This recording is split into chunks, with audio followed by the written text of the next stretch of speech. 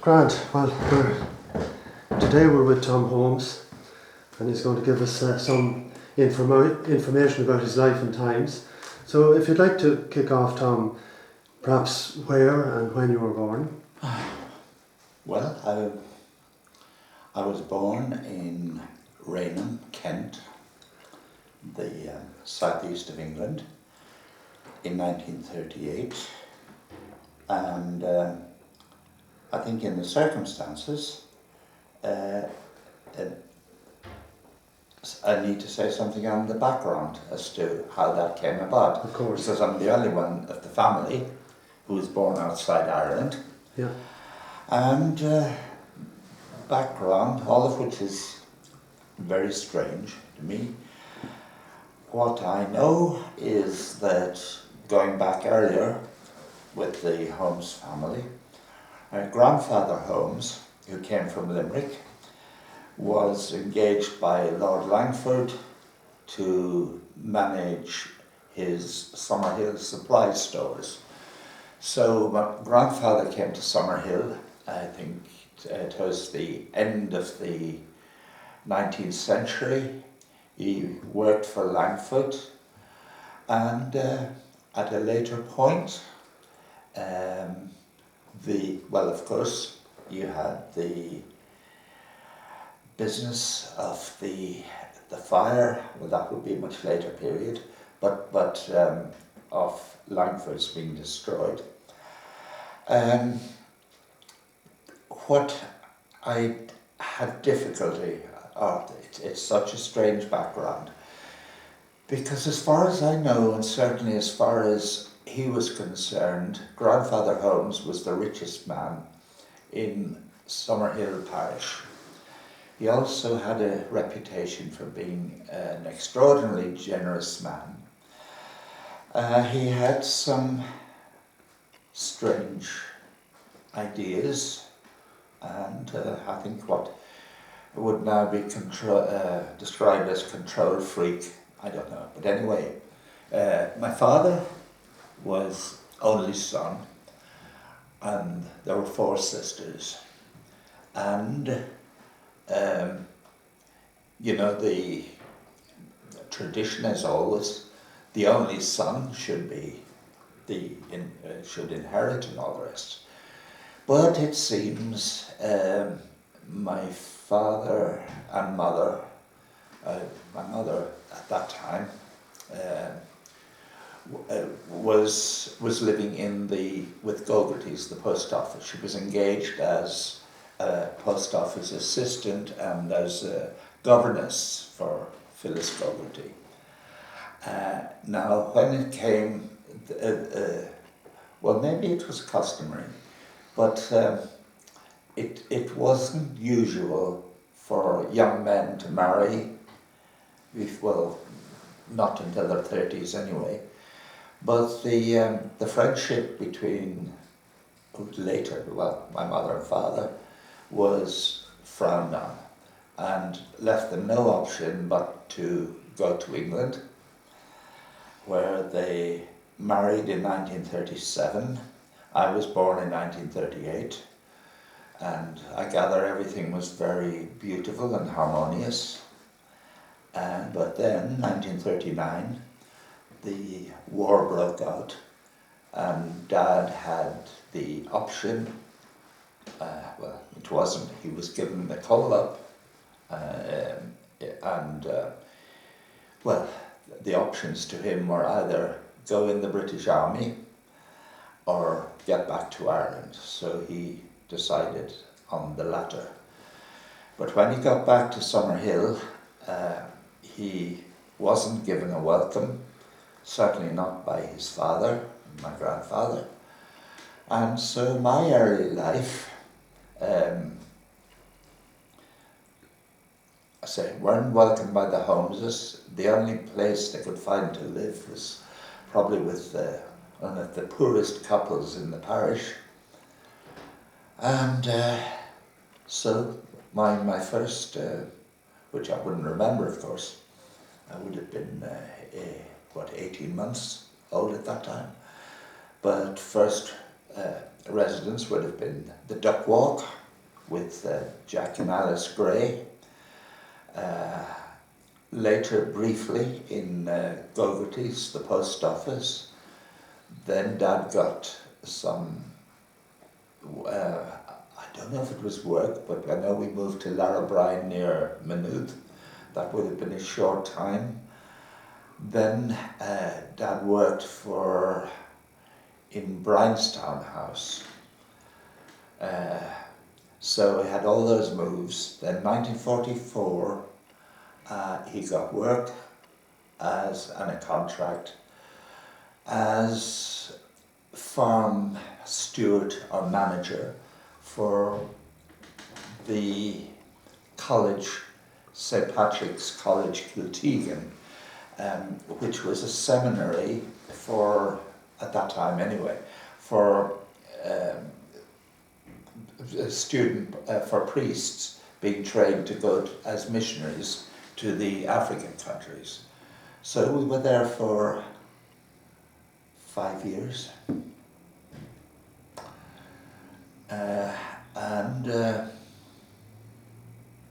Which I think was a very happy time for my parents anyway.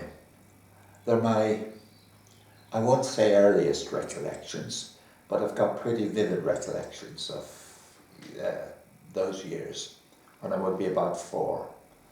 I can remember how excited I felt we were going down to Wicklow, and there are mountains, there are streams, I was in heaven when I got there. I can remember arriving in the dark, pony and trap, and next morning, this was the middle of a farmyard. The woods were just out there, and Dad was very anxious to show me, take me up the hill, and then I had a full view of Lough na Quilla. Yes. Well, I think the images I have from those years, would probably fill a book. Just think about maybe Santa Claus in the middle of all of that. Your first experience, or your earliest memory. Absolutely magical. It wouldn't be magical to children today, but in those years, and again to a child, you wouldn't be conscious of scarcities or anything like that.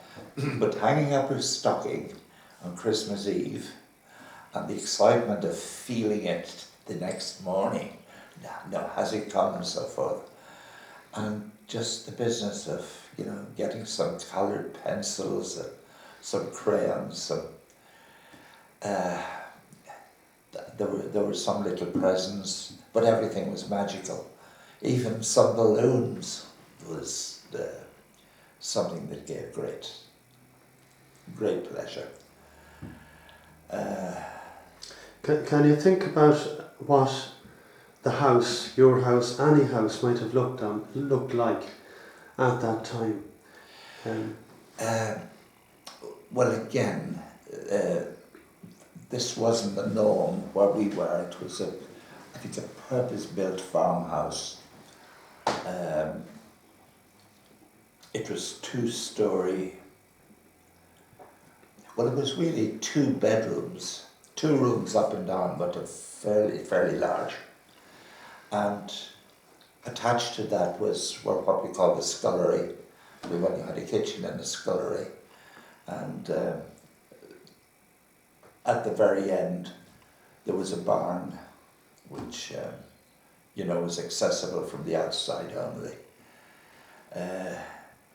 But my first official school was Kiltegan, and that was a 3-mile walk, and which I managed, I think, for the first year.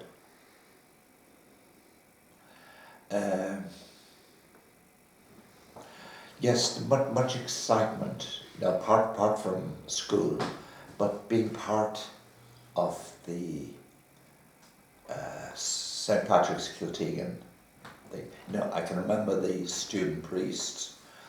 I can remember going into the garden, the kitchen garden, and being told by the superior, Tom, you don't take any apples off the trees, just the wind falls.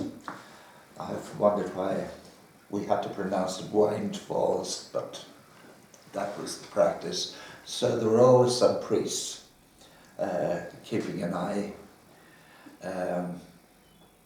Early friends, school friends, can you remember any names? School friends, no. Absolutely not. Because there was nobody else. There were no other families. Ours was the only family in that region. The first would be the Learys going towards Kiltegan. But again, that would be about 2 miles away. I knew them at school, but that would be it. How many in the class? In the class,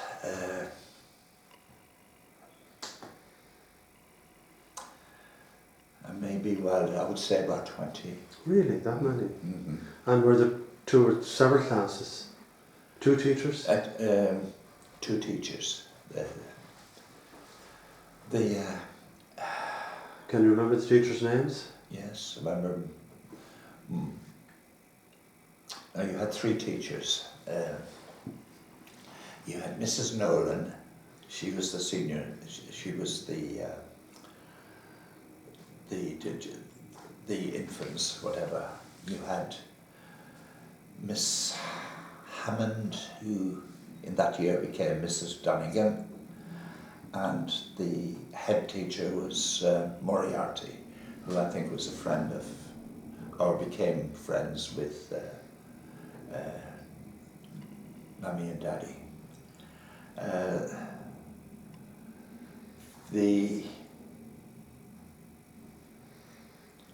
It seems there was a problem in that our children were not supposed to walk that distance. So for my first communion, at Grandpa Holmes's suggestion, I came back to Summerhill, and first communion was made in Dangan in 1945.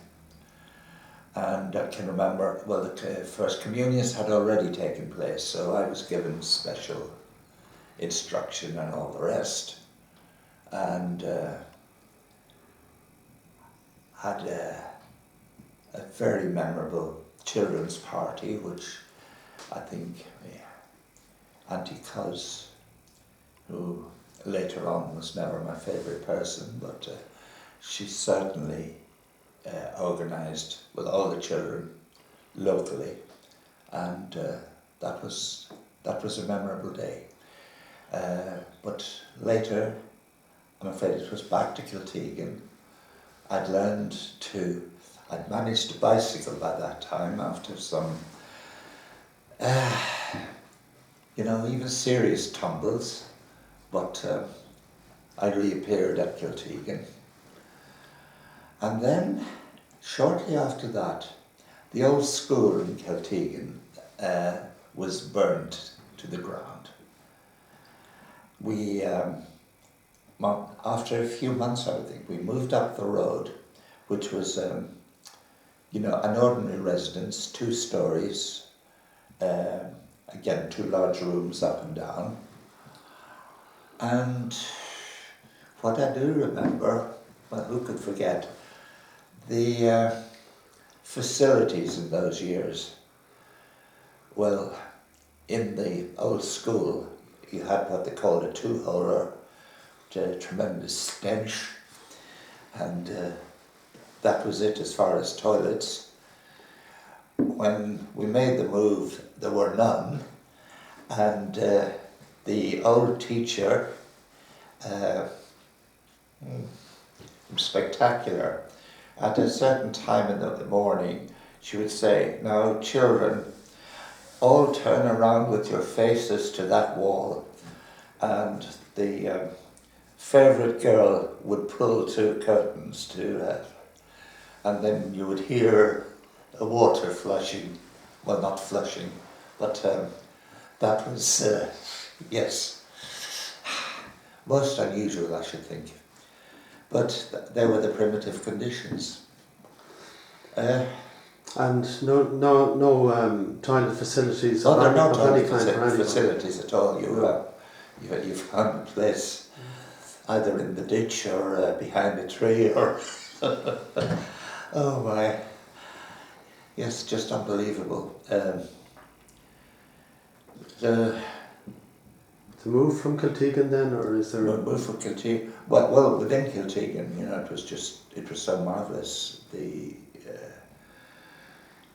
You know, I can remember going into school one morning and telling Mrs. Dunnigan, you know, that a weasel had destroyed the bird's nests, and I was keeping an eye on 3 bird's nests in the wood, and so they were all destroyed at once. I don't know, she said, how do you know it was a weasel? Well, I didn't, I just heard somebody say that. I can remember the excitement in the yard. There was a trough, an old type pump, and a trough. And I remember Dad, you know, plugging and filling the trough with water, and then a couple of the men, Dad's friends, came back with enough trout to feed a family for a week still. So that was the supply, and that was all exciting. I also remember the discovering, I wouldn't have known it was a pheasant, but it was a pheasant's nest, and that caused tremendous excitement. But there was one priest in particular who was very anxious to get the young pheasants somehow or other, and maybe for what reason I don't know. I also remember the first time I saw a play. Now I would have been probably six at that time, and because of course it was a seminary, one of the priests got a drama group going, but of course all male. The female parts had to be done by the priest. Well, Charlie's Aunt, I remember, was the play I saw, and I remember being very ill because I couldn't stand hot milk. Still can't. That was something that it was nauseous, but I wasn't well. But it wasn't so much the play. Yes, that was interesting, but maybe a week or so later, I'd seen the priest. It was Father Abbott who did the drama, and he was looking for female clothes and so forth for the part. And he came to my mother, and yes, she gave him or lent him some things from her wardrobe. And then about a week, or maybe a little more later, I was walking around, and I did everywhere. And here was Father Abbott with, who later I gather was the bishop visiting, but a group of clergy. And I went to him and said, my mother wants to know when we're going to give her back her clothes. And I think he went several shades, but I do remember coming to him, and he said, I thought that, and she said, of course I got them back. I remember getting quite a scalping over that. I'm told to mind my own business or something. So I never found out what the outcome of that was. But that's, yeah. You know, some interesting times. Yes, for that, the first time I experienced electricity. The But do you want to describe the house first? Because well, the we all know what electricity is now, but maybe not everyone knows what a house was like. What type of fuel what sort of heating was it? What sort of lighting was it? You got your own heating from the woods. So it was timber. It was timber. I don't remember coal at that time. So everything was, well, that was just it. It was densely wooded along there, and you just went out and, well, it was Dad who would do it. So it was usually just the one fireplace in a house? Ah, no, there was an open fire in the kitchen with, what do you call it, A rail for hanging pots? that's right. That was open. There was space for a seat or stools at each side of the fireplace. Then in the sitting room. Was there a bellows as well? Yes, there was. That was the norm. You had the bellows. In the sitting room, then there was a small fireplace which was only lit on occasions like Easter or Christmas or when there was something special. Upstairs, again, there's 2 bedrooms. Everything absolutely plain, simple. But no heating there other than what would rise from the fires below? No heating. What about lighting? Lighting were paraffin lamps, and then with a globe, etc. With the globe. That was it. That was the regular. So you had to buy paraffin. You had to trim the wicks, and there would be an awful smell.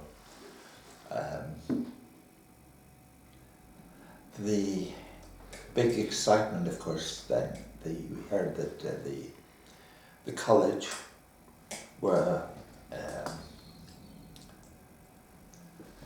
working on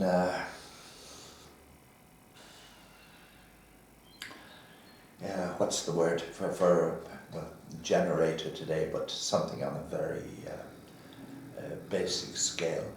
It was going to work on the stream that went through there, and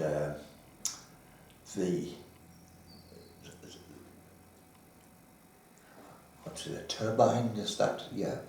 Anyway, for the first time we had electric light, but for... And what year was that? 44. That's very early. Yeah. Compared to Summerhill. Oh, yes. No, but it wasn't general, it wasn't around Kiltegan. It was something that was done by the college.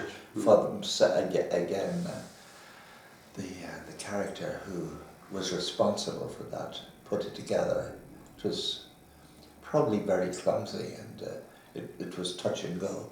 But there was, it was kind of, if I remember rightly, you had electric light for 2 hours or something like that.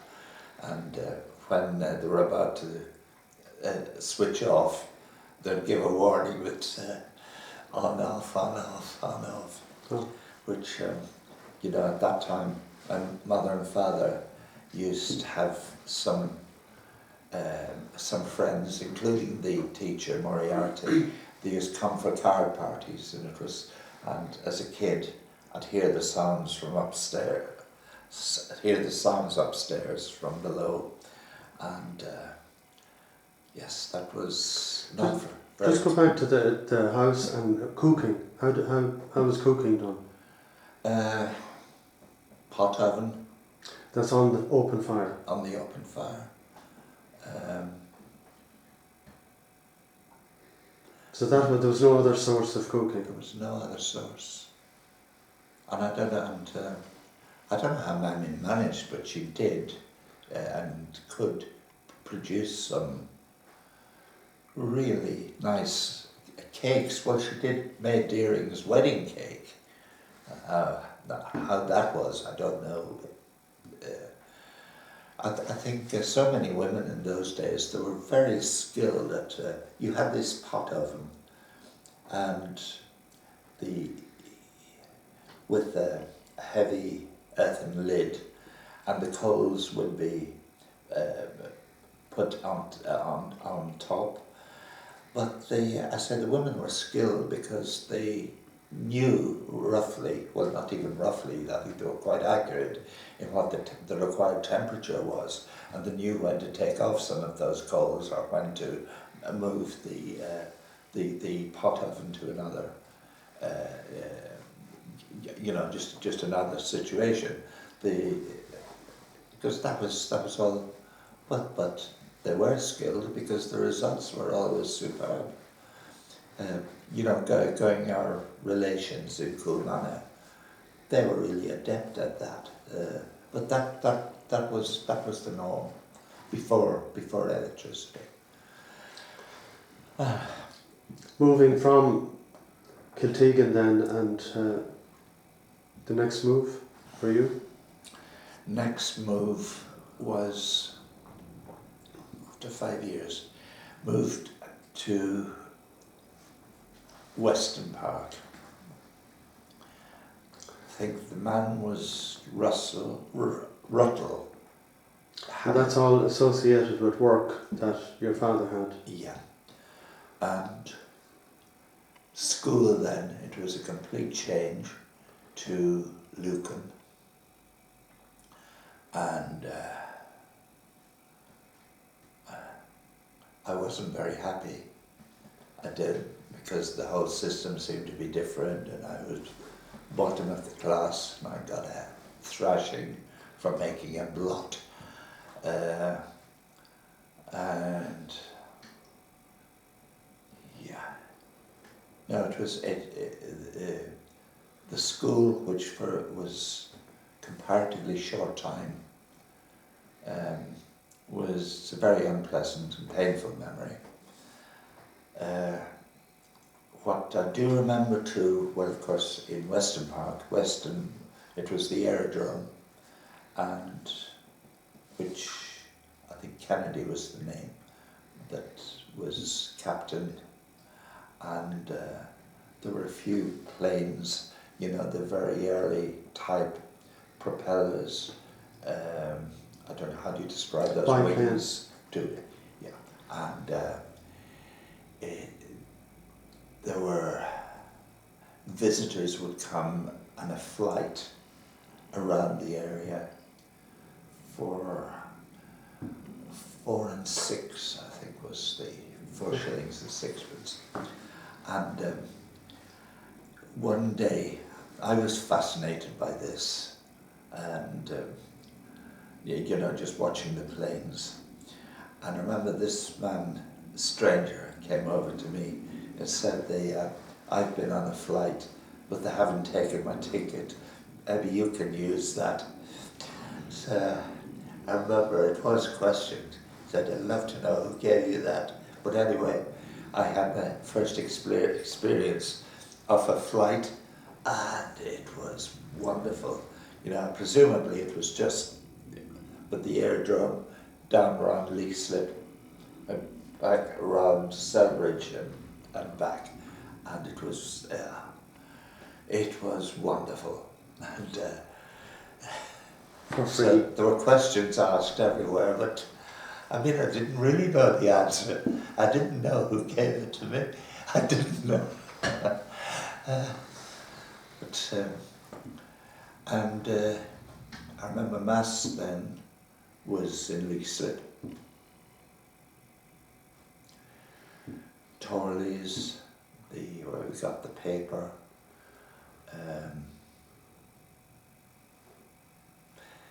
No specific memories. And the move after that then? Move after that was to Kilcock. And again, the friction within family without going into details. I think the move at that time was reconciliation, and that Dad and family would be moving to Summerhill. That didn't happen, and it didn't go down well with other members of Dad's family. We were in Kilcock. We lived in a cottage in Brangenstown, and I can remember this charming, lovely Mother Superior, Mother Bridget, you know, who was sending us presents and all the rest. And she wanted Dad to work for the convent, which he did. But then immediately he took the job. There was pressure on him to move into what was their house that went with the job.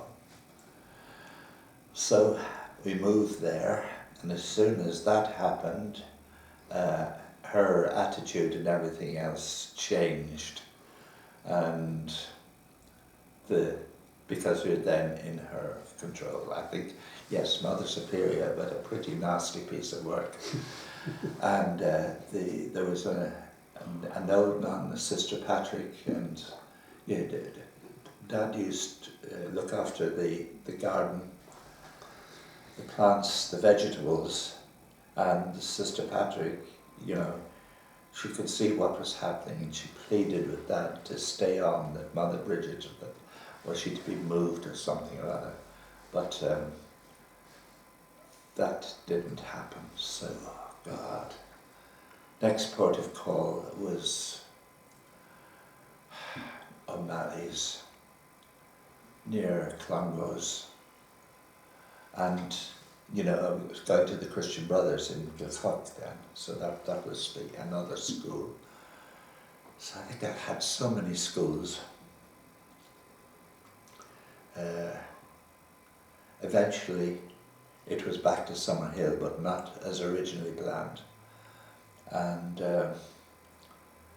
the only place that Dad could find that was vacant was up in Langford's, which was formerly, what was it, the coachman's house? Paddy Caffrey. Caffrey's, that's right. So,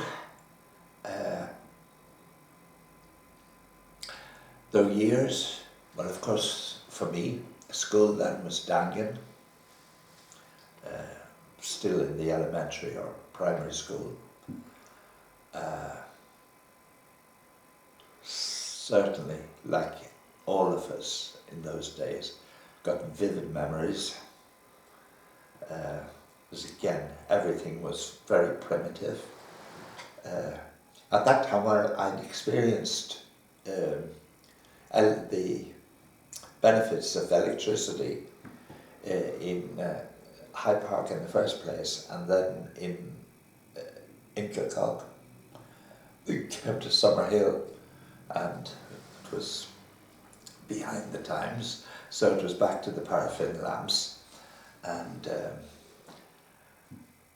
approximately what year was that? 48. And you know, the conditions in the school, well, roughly what happened, the poor children, or what would be considered the poor of the parish, or those were sent out to pick sticks and dang in the hill, and given the chore of lighting the fire. The whole place freezing, and if I remember rightly, there was a bucket of water which, and I can't remember where that came from, but it would be a spring, and because I don't remember any pumps or anything like that nearby, but you know, there was a tin mug and a galvanized bucket, and that was if anyone had a desperate thirst, that was all that was available. We had a headmaster who would never be employed today, and should never have been, and that he had an uncontrollable temper, and he lashed out. And since corporal punishment was the order of the day, he was very generous with that. And of course, because of the culture then, we were all told you don't carry stories from school. So that was, and if you did complain, or anyone did complain to their parents would say, well, you must have deserved it, because complete trust was put in both the clergy and the teaching profession. And I must say, in Dangan, we had the teacher in the junior school was lovely. It was Miss McKittrick. She was a gentle person, very kind, but my God, next door, that was another matter, and somebody who would be jailed today for his behaviour. So that leaves some bad scars on a lot of people who went to. Can you visualise the room, either one of the two rooms, what they look like as you go around the walls? Of Dangan School? Yeah. Well, they were both practically I don't mean identical. There would be mirror, but the same space, the same proportions.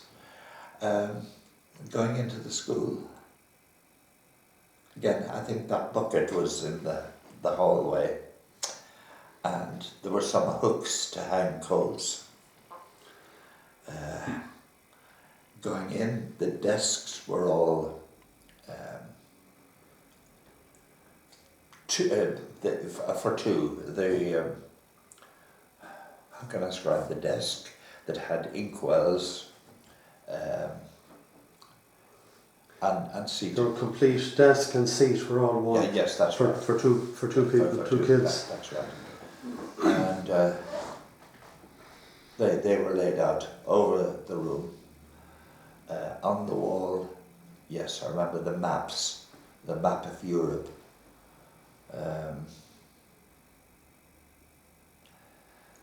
You had various religious, you had the crucifix and, various religious symbols and pictures.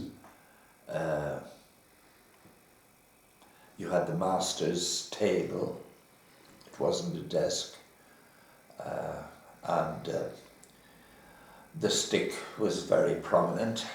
That was an essential part of his teaching method.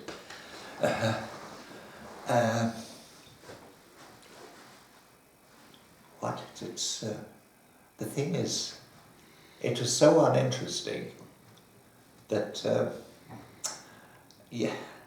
don't think many would retain the memories. Yes, you had the windows at I remember two windows. There, again, hygiene.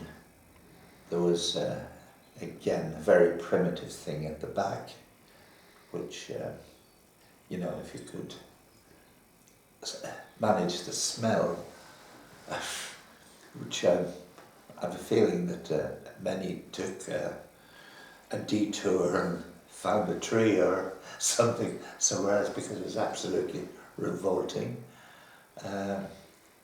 We had, when we had a break at lunchtime, a neighbour across the way, Kitty Hughes, at that time, it was a thatched cottage.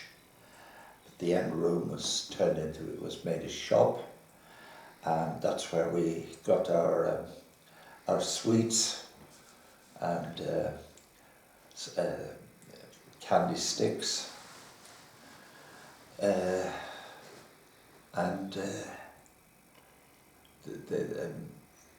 and some requirements for the school, like jotters or that type of thing, pencils and so forth. So that was a special treat, sort of thing. But very primitive. What about classmates? Can you remember any in particular? Never I remember every one of them, and again I particularly remember again in one of those desks for two, and I don't know who was at fault, Seamus Hughes or myself, but there was suggestion of giggling, and Kelly came and got our two heads and literally banged them full force. You can still, remember the sparks that I felt. But that was typical. That was typical of. Apart from Seamus, can you remember any others? Oh yes, I'm out. In the class, I can remember. Yes, Seamus Hughes. We were probably all same year born, which would be 1938 or say 37, 38, 39. There was Seamus Hughes, Tom Austin, Tom Flynn, Brendan Ryan, Vincent Nangle. You had a group from Freffens, Phyllis McCann, Betty Shaw from the Bullring, Phyllis McCann, you had Edna White,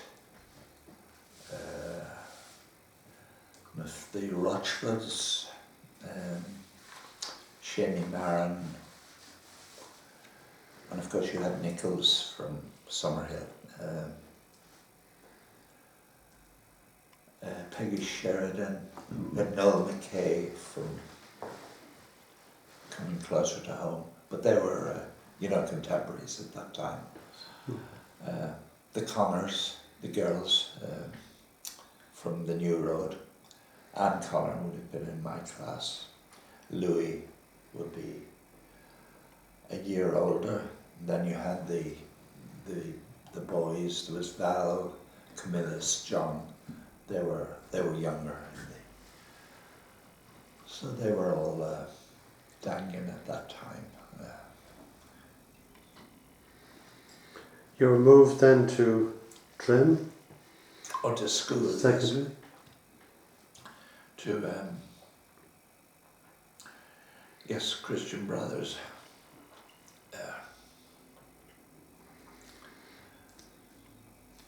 Yeah. What sort of an experience was that? Well, mixed, weird. The Christian Brothers had a reputation for being the best when it came to teaching. Well, they were regarded as such because they got results. How they got the results, no one would question. But again, corporal punishment was very much order of the day. And I never found out, but there was actually a factory somewhere that made these leather straps with some lead inserted to, cause the maximum pain. So that was always very prominent because forget something or make any kind of error, and that was the method of correction. And I can remember to this day, this was a visiting brother, and we were given a section of a poem, it probably was, which we had to memorize, and we were given a certain time that it had to be done in. Well, in my case, and never changed throughout life, I can never memorize under pressure. I'm slow in memorizing, but once I've got it, it's practically there permanently. And but anyhow, I made a mess, when asked to stand up. And I still remember getting 4 full force along the arm, hand, that everything was spinning, that got a severe headache and an attack of asthma. And I remember the only comment, well, it must be a bad headache if it's making you cry. Absolutely no hangover. I often wonder, well, how intelligent were the people who behaved in that way? But no, that was a bad experience. The most unpopular brother, and regarded as the hardest, that was Brother Burke. And to me, it was very different. And he was somebody that encouraged, said, you're good at language, you're good at essay writing and that. And he was very supportive, but by God, not to everyone. And I remember with Brother Burke, he would every now and again hear, now I'm going to punish you, and he would go to a drawer. His strap wasn't prominently displayed, it was in the drawer, and the drawer was ceremoniously opened when somebody had to be punished. And that was yes, I remember the system there when the clock struck, and every hour we were up. And I can't remember what prayer. Was it a Hail Mary? Was it a... But there was a prayer on every hour. So you're never allowed to move from that. Any schoolmates of particular interest there?